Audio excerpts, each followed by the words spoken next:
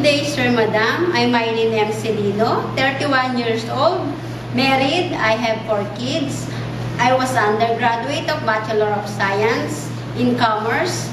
Since I was a mother, I will take care and love my child, and I do all the household activities like cooking, cleaning the house, proper ironing, and taking care of babies. Hi, Miss Mylene. How are you? I'm very much fine, Sir, Madam. Okay, so what do you think are the right attitude and characteristics of a good domestic helper? Sir, Madam, I'm kind, honest, flexible, hardworking, and polite. Okay, so since you're a first-timer, how will you avoid your homesickness? Sir, Madam, I will focus myself in my work and I will make myself busy. Okay, so Miss Mylene, can you sing a song for your employer's children? Yes, Sir, Madam.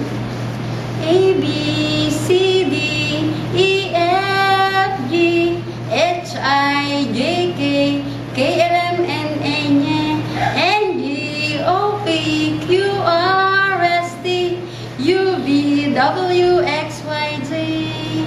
So can you tell me the proper way in how to take care of newly born baby? I give them milk on time. I give them vitamins and medicine if necessary. I take them a bath every day, and I change her clothes and diaper, and I treat them as my own baby. So what if you committed a mistake and the employer scolds you? What will you do?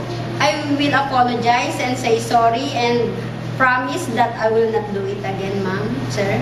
Okay, so Miss Mylene, do you have any message or promise to your employer? Sir, Madam, please do hire me because I need this job for my family and also for my kids for their education.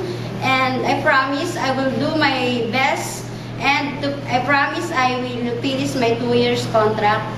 Thank you, Miss Mylene, and hope to see you soon in Singapore. Thank you, Sir, Madam.